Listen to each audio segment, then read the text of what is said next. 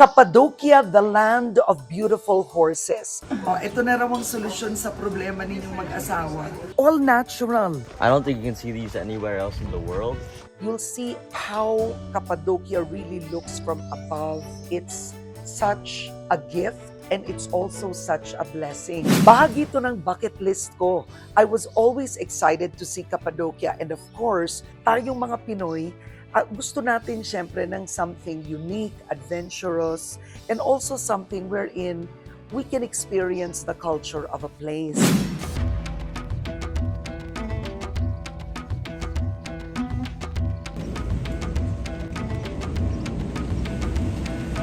Alam niyo, famous ang Cappadocia because of its unique rock formations. Maraming turista ang pumupunta dito.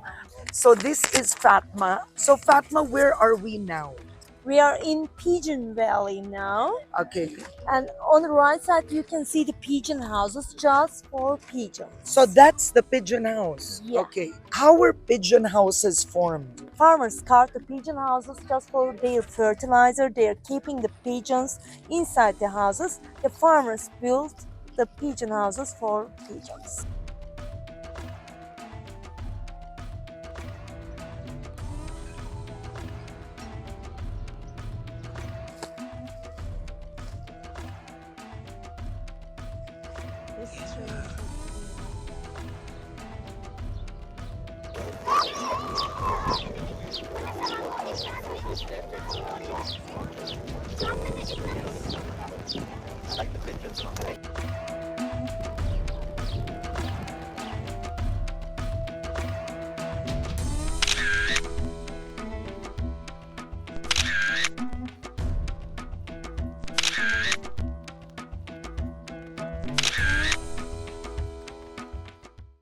One of the stores here, it's interesting. It says Cappadocia Natural Viagra Market. Diba? Ano bang binibenta dito? Tignan natin. Hello? Hello. Hi. So, you are? Salih. Sally, I am Karen. So this is your market, this is your store. Yes. Why is it called the Viagra Market? Here, that one, is special for men and women. Okay. 40 different organ spicy mix. That one is open and mix 2 spoon you can eat. Water drink. Very, very strong, nice sex. Wow! 2 kutsarita, tapos ilang minuto, uminom ng tubig, tapos super L ka na daw doon sa asawa mo, sa partner mo. But what herbs are here? What's inside? That one 40 different organ spicy mix. Oh. That special. 40 different Different spices. mix. Ito na raw ang solusyon sa problema ninyong mag-asawa. Okay. You can guarantee sex. Very strong. Guaranteed Yes, sex.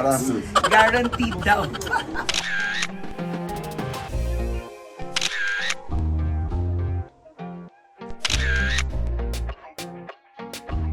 This is Uchisar. This is what makes Cappadocia famous. Behind me are what they call the fairy chimneys. And the fairy chimneys were actually formed not just by lava coming from the volcanic eruptions, but also because of the wind and the water. So the shape of the chimneys are all natural, pero the cave inside is man-made.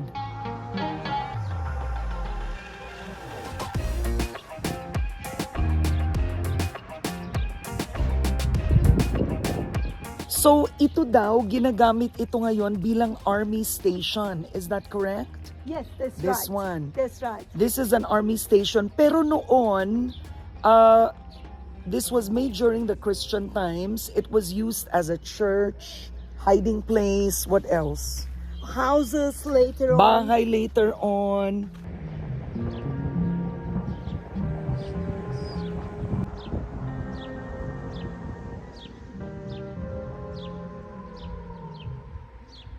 Now we are going a cave house. This fairy chimney, the Ismail's place from, he was born inside the cave. This guy? This guy. Wow! So yung pupuntahan nating tao, ipinanganak daw dito sa cave na ito. And he never left his home, never moved. No. Wow. So is this like an actual town? This is like a community? Or Yes. this is more of a tourist destination, this area? More like a community. This is a community. Yeah. So Lucas, David, you like it? Yes. All right, Lucas, what do you think of it? It's different because I don't think you can see these anywhere else in the world. And since this happened like maybe a few thousand or million years ago, that means that people had to live with these. And instead of destroying them, they started to live in them or Yeah. live beside them. Actually, yun yung amazing dito eh. They did not destroy what nature did, but actually lived with it, right? David, do you like how the rock formations look? Yes. What do you think of them? You know what? They look like glaciers, that just like where we went there before. And every now and then they look like sandy rocks, etc. He compared it to the glaciers kasi nanggaling kami sa Arctic and the shape are like glaciers but this isn't ice. Yes. This is made of lava. Lava, Right? lava. Yeah, now it's rocks. So we are going into a typical stone house, cave home. Cave home. Alin na kayo? My gosh. Okay, hello sir. Can I come up? How are you? Your name? I am Karen. Karen. Karen from the Philippines. Yeah. Okay. Ismail. Smile or smile? Ismail. Smile like the smile. Yeah. On the face. Ang pangalan niya Smile, o di ba? Yeah, So Emina, he is my smiling. Smile and Emina. Hello. How old are you? I'm Tell him, I guess. 55. 55. How old are you? No, 65. second, maybe next year, second one. He's 27. 72 na yan siguro.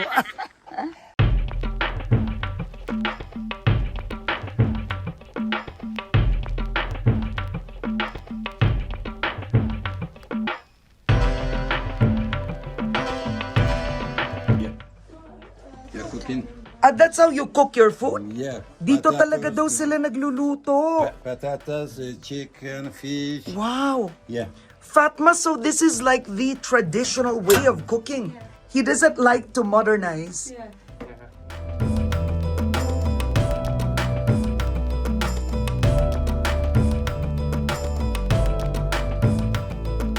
So may prutas siyang ipinapakita sa atin.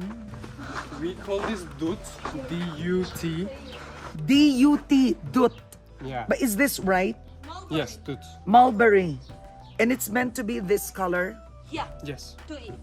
Eat it. It's can very try. delicious. How do you like it? It is very good. Masarap siya. Bakir, what do they make with dut? Do they use that for cooking? No, it is not for cooking. It is just for eating, like fruit. Okay. What is this? Apricot. Just eat Maybe it a also. apricot. Is that right for eating? Yes, but there's seed inside of the watch out. Fresh in Cappadocia. Everything they eat is fresh. They don't really like processed food, no junk food. Puro sila pruta sa puno. And they don't eat pork. Kaya rin sila healthy. They don't eat pork.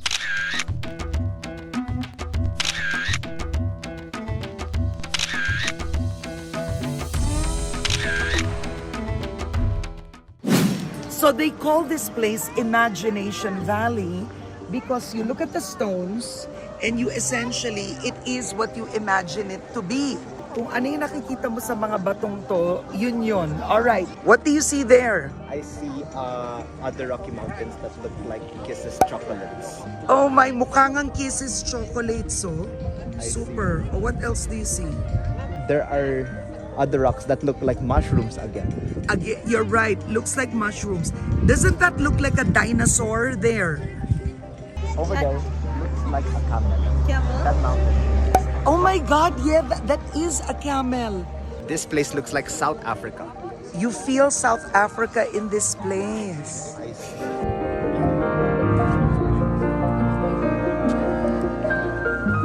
David, what else do you see? Oh, I see the other Rocky Mountain over there. That looks like a duck. It looks like a And duck. the other, yes, and the other rocks over there looks like mittens. How cute! It looks like mittens. The gloves, I know. Yeah, you're right. This one naman for me looks like Napoleon Bonaparte. That's good to know that, Mom. Yeah. Good one, David. Thanks.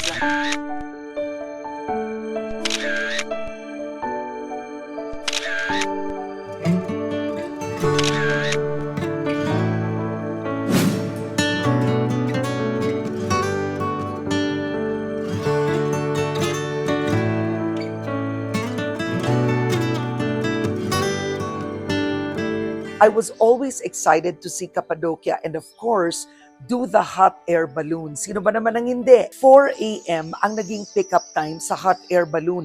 Madilim pa. So maaga pa lang bumiyahe ang bus papuntang Ulquisar. I hope I'm saying it in the right way. At you can't see anything. It's a dirt road. Medyo matagtag ang daan. Pero it's exciting in the morning. Pag hot air balloon, dapat maaga magising. So nandito na tayo. So when we got there, ang dilim, wala kang makita pero ang dami-daming mga balloon na magkakatabi. Actually, you can already see it. And then suddenly, yun, pinainitan na nila ang balloon. It was so majestic to see.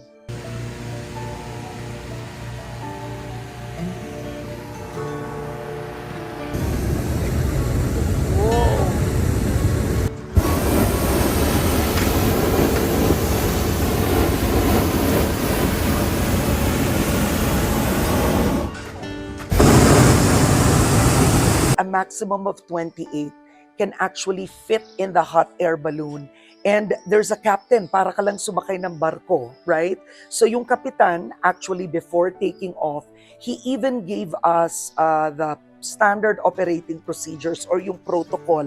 Halimbawa, may nangyari or ang balloon ay ibababa na ito, ano bang dapat gawin. So hindi lang ito basta take off.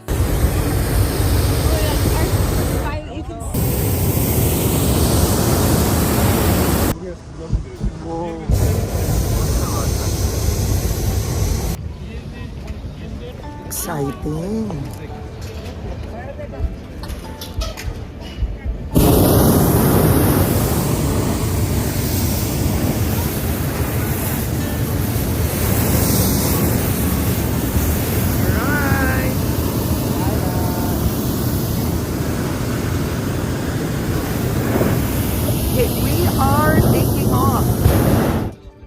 Alam mo, mainit ha? Okay guys, look.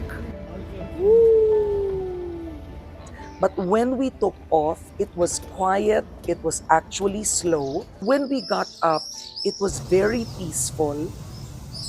And hindi siya nakakatakot kasi mabagal lang yung pag-angat ng hot air balloon.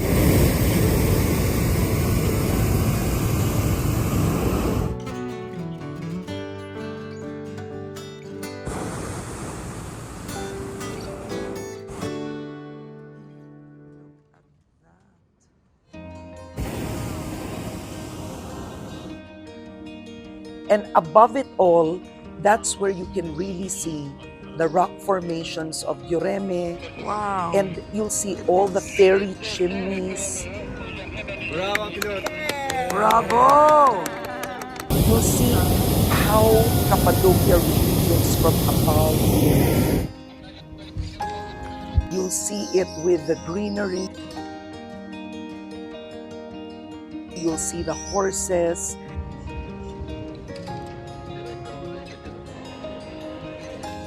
You'll see the homes, but you'll see just how beautiful Cappadocia really is.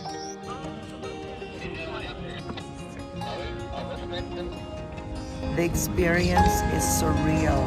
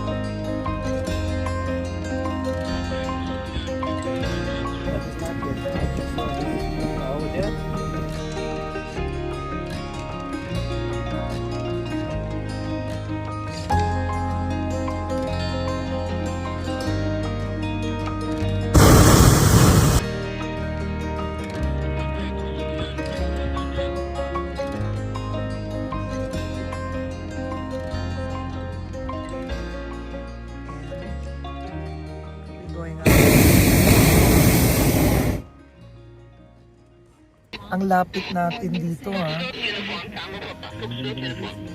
Wow. Galing, tas bigla niyang inakyat. Oh, look at that. Kaninang lapit sa bundok.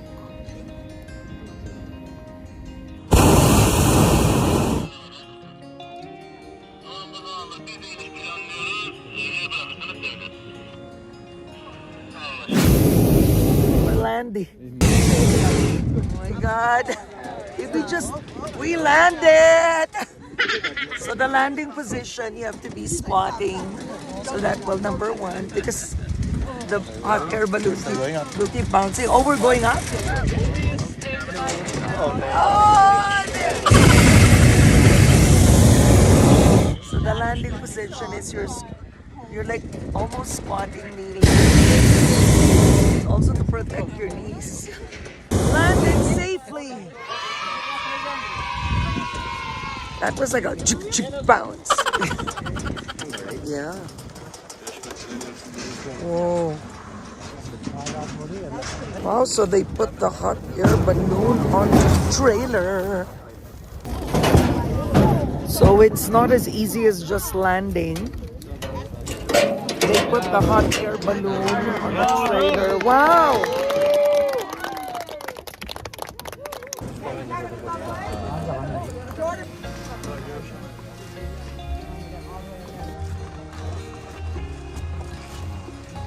What an experience. It's something you should try. It's absolutely magical. Iba yung pakiramdam mo on the air. You feel rested. It's very calm up there. And it's surreal. Yun. It's like, sabi nga nila, it's like you're seeing a fairy tale. Totoo yun.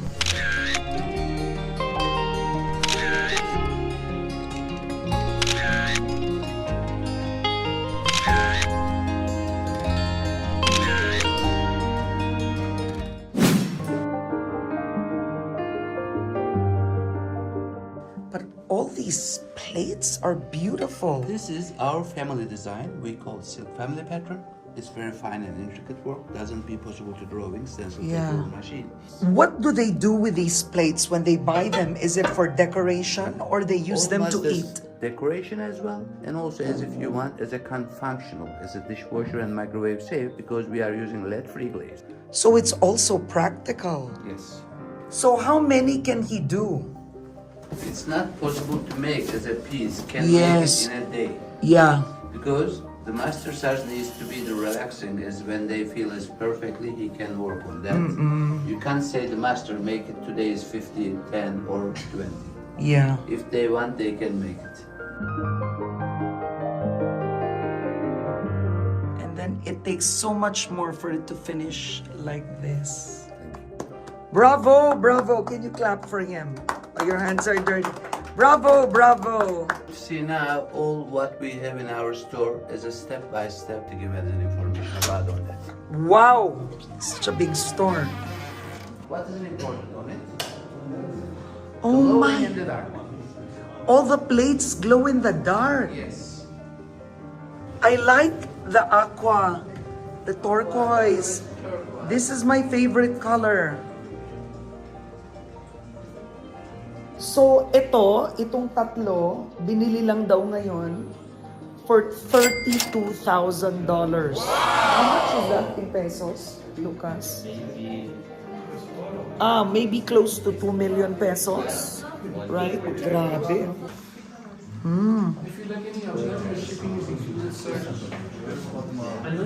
It's busy, huh?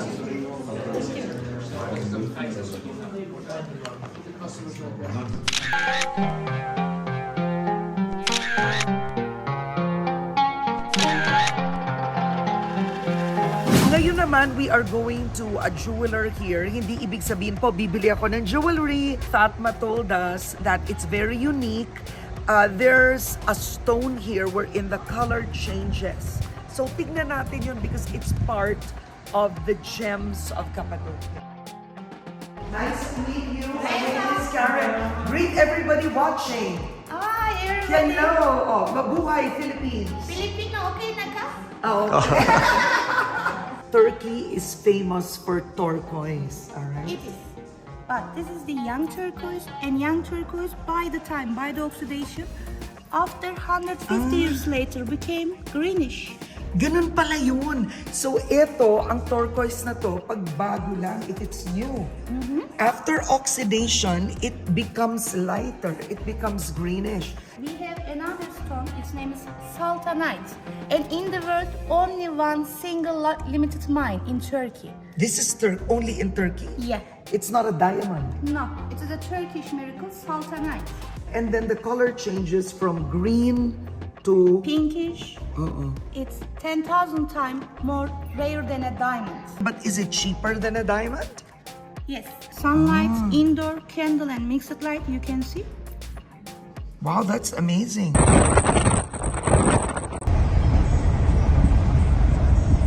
This is another open-air museum. Did you know that there are more than 300 museums in Turkey? What do you that's call right. this museum? Paşa Bağları. In English, we are saying Monks Valley. Monks Valley. Yeah. Because the monks used to live here, I guess. That's right. Yeah. In early Christianity time, they were hiding in here.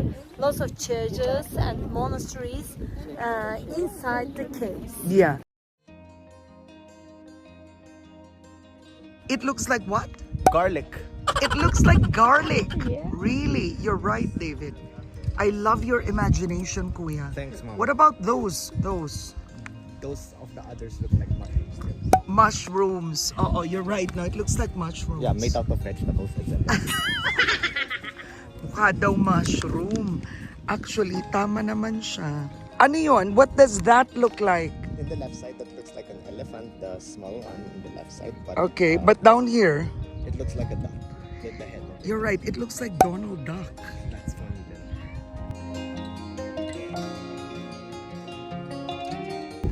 You know what, Mom? This scene here in Cappadocia looks like the movie Cars in that Disney movie. Wow, good memory. You're right. Because you love cars. Yep. Look at that. It looks like a mushroom, but it's also like a very tall hut. This is stunning.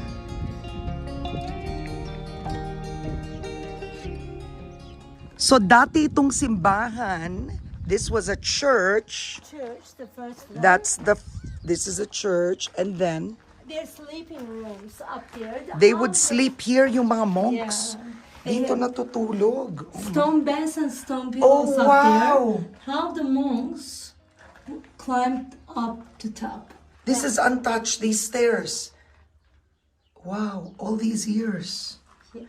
And what's under there? Maybe they It's would... like a storage or something like this. Yeah, oh, libingan daw to noon. And they carved the cross out of the rock. Nakakabilib na ang unang mga tao dito nakatira. And they preserved it. Actually, this place, kinukumpara nga nila sa their mini Grand Canyon. But if you think about it, mas unique ang mga shapes. Tignan mo yan, oh. Saan ka makakakita ng mga bato na ganyan? And right now, it's very, very hot in Cappadocia. It's windy, but it's very sunny. It can get very hot and humid. The irony of it all is kung may tubig daw, o kung palaging inuulan dito, the rocks won't have this kind of shape or form.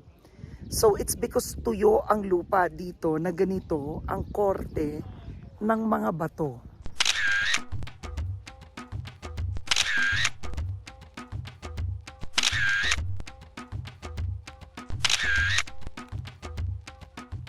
This is one of the many underground cities. And this particular underground city was accidentally found, sabi ni Fatma, in 1962 by the guy who owns the store in front of the museum. There was water dripping, so nagtaka siya ano to, and he discovered it was an underground city. What is this, Fatma? Ventilation shaft. More than 11 ventilation shaft, one underground city. Why would they have underground cities? Early Christians for hiding from the enemies. Yeah. And they have always under attack. Arab, Sasani, Mongolian attacks here Yeah. because here is the best road connection between east and west.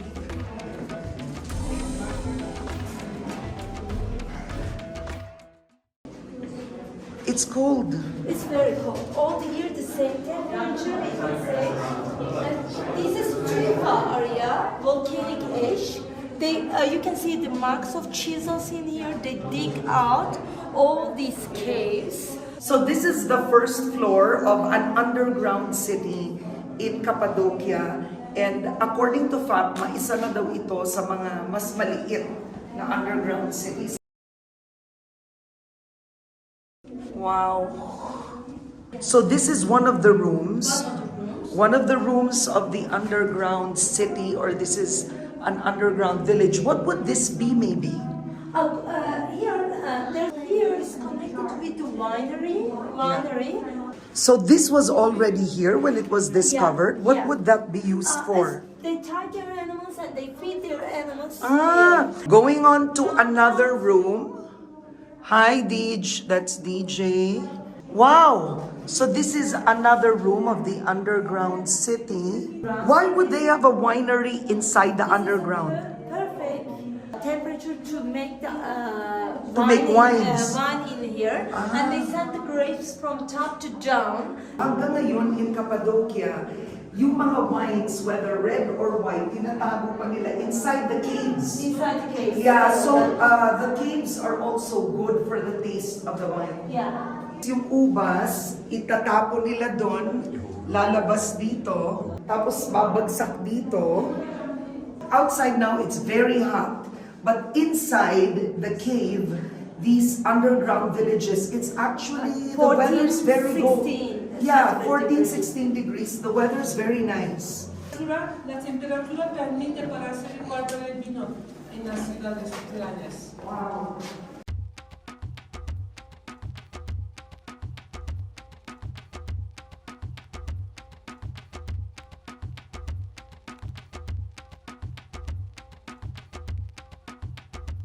Shops for fresh air.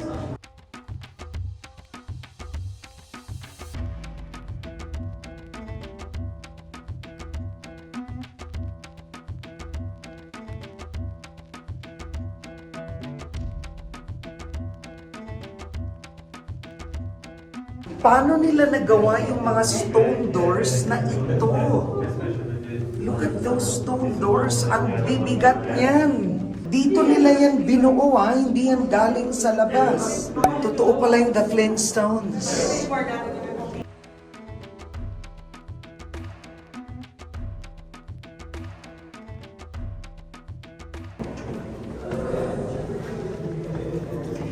So kung may mga kaaway noon, kailangan dumaan dito, hindi ka makatakas dito.